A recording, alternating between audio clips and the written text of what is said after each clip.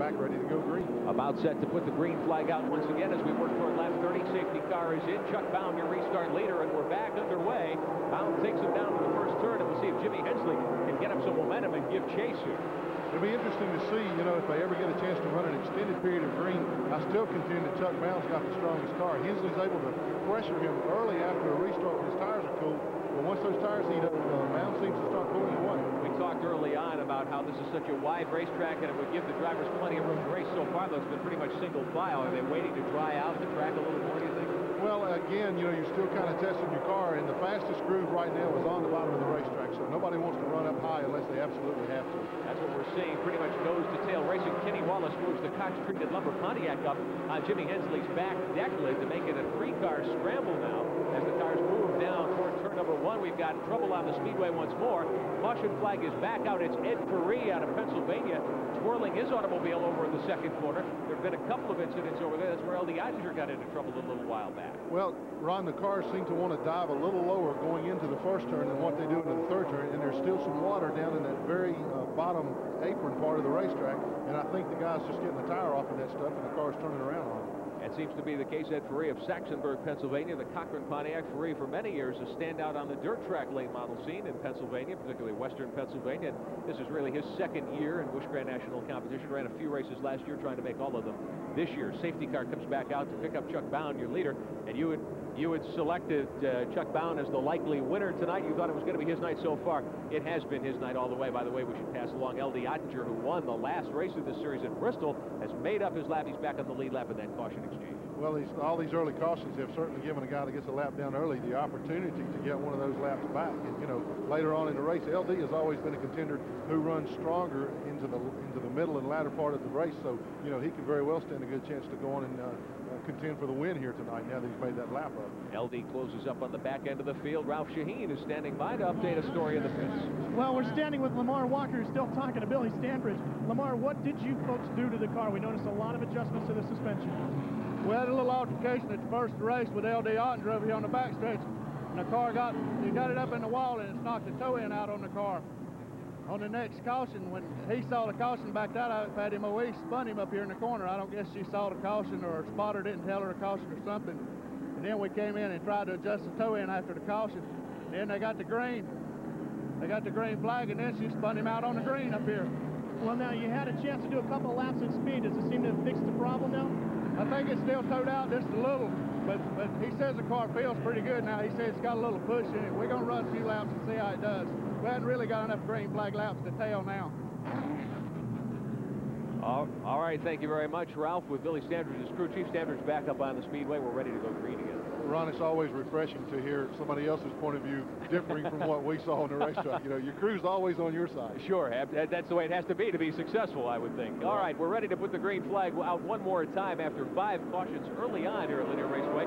This is lap number 40. L.D. Ottinger has lost a lap in the pits once again, so he's now a lap down. Tommy Ellis trying to get a good jump on the green. Ellis to the inside through 1 and 2. He's putting the move on Wallace. In the meantime, your leader, Chuck Bound, dogged by Jimmy Hensley in car number 25. Now we can see Ellis to the inside of Kenny Wallace as they battle it out for a quarter down the lane. You can see the cars are pulling away from Kenny Wallace and Tommy Ellis. When you run side by side, you simply can't run as fast as you can single file. At this point, it is pretty much a single file situation, but a great battle for third shaping up. Tommy Ellis now has half a car length on Kenny Wallace as they move back to turn number 1. Wallace tries to come back to him on the outside. Tom Peck is right there for 5th, and also giving good chase to Peck is Bobby Hamilton. You can sort of see the number 8 car in our camera shot. There is the number 8 car of Bobby Hamilton. Wallace now reestablishing himself in front of Ellis for third spot as they move through 1 and 2. He did a heck of a job hanging on to that third position because he was hung out in the outside lane, but he showed that his car will run up there, and that might be a prediction of things to come later on, because if his car will run that fast as that high right now, when the lower groove gets slick, he may be a factor.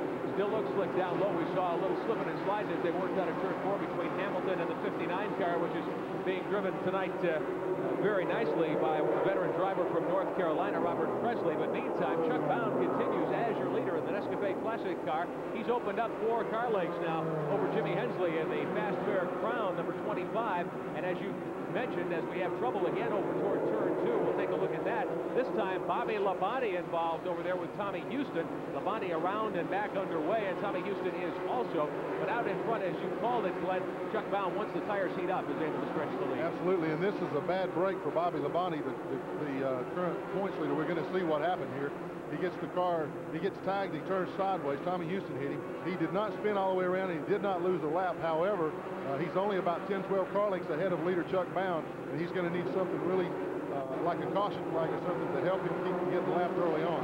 As Labonte works by Randy Porter, and Chuck Bound continues to set the pace here at Lanier Raceway in Gainesville, Georgia. Great to have you along tonight on Sports Channel America for NASCAR Busch Grand National Series competition. Chuck Bound is tracking down Bobby Labonte to try to get a lap on him, as Glenn pointed out.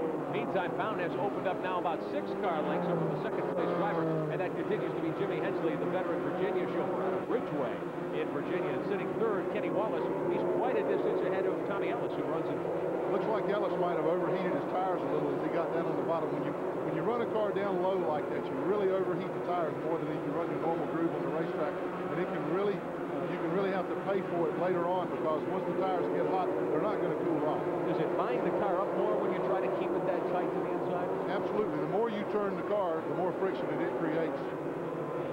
All right, we're continuing to watch. We look at a battle back in the pack a little. This is a battle for 6th through 9th positions. We look at Robert Presley in the 59, the 96 of Tom Peck, and side by side, Ward Burton in car number 9. On the inside, Bobby Hamilton in the 8. They've got Tom Peck in the vice grip sandwich, and Peck now is able to root Ward Burton out of there. Now Bobby Hamilton to the inside makes the pass good and gathers the spot. This is a battle. 5th spot now belongs to Presley. Hamilton is 6th. Peck is 7th. Coming to the inside, Dave Rezendes and Steve Grissom getting into the fray. They move by Tom Peck, so Tom Peck's starting to go backwards now. Peck's car doesn't seem to be working at all in that upper groove, and he's trying his best to get back down to the bottom where he can run better, but every time the one car passes him down there, another moves right in behind him alongside him. Good racing indeed here at Lanier Raceway. The track has dried, and there's a good battle for second shaping up. Kenny Wallace to the outside of Jimmy Hensley, and Wallace just motors right around him as they hit turn 1. As we were stating a while ago, Wallace's car is working really well in that upper groove, and he just drove right by Jimmy Hensley in the outer lane like he was sitting still. I look for Wallace to really track down leader Chuck Bound now. Bound has pulled out to about a 15-car length lead, but at the rate that Wallace is running right now, I've got an idea that he's going to be challenging for the lead very soon. Now, what would make Wallace's car hook up so well all of a sudden? Well, sometimes, you know, the guy can, when you're qualifying, the shortest way around the racetrack is always on the bottom groove, and you continue to run down there. But in setting a car, his car might be a little tighter, so therefore it doesn't want to turn quite as quickly. And that is conducive to running a little higher, a little longer line around the racetrack. And that seems to be the case for Kenny Wallace, who just drove by Jimmy Hensley a few laps ago as though he were hitched. We're working toward lap 60. Almost a third of this You Can Rent 200 already into the books tonight here at Lanier Raceway. Your leader continues to be Chuck Bound. He's working up on lap traffic. We're looking at Tommy Ellis and Robert Presley going at it. That's a battle for 4th and 5th position. Ellis is on the inside trying to take 4th away from Presley, but Bobby Hamilton is right there. 3 cars under a blanket working through turns 1 and 2. Ellis is down low. Presley is up high, and we'll see what can happen. Bobby Hamilton apparently selecting the high groove too to try to make his way around Tommy Ellis. Hamilton's car is working extremely well up high on the racetrack, as is Robert Presley's. Ellis continues to use the bottom lane, and he's simply getting passed by these cars in the outside lane. Presley and Hamilton have set sail now. They're going to try to get close to the front. Chuck Bound having a bit of a problem.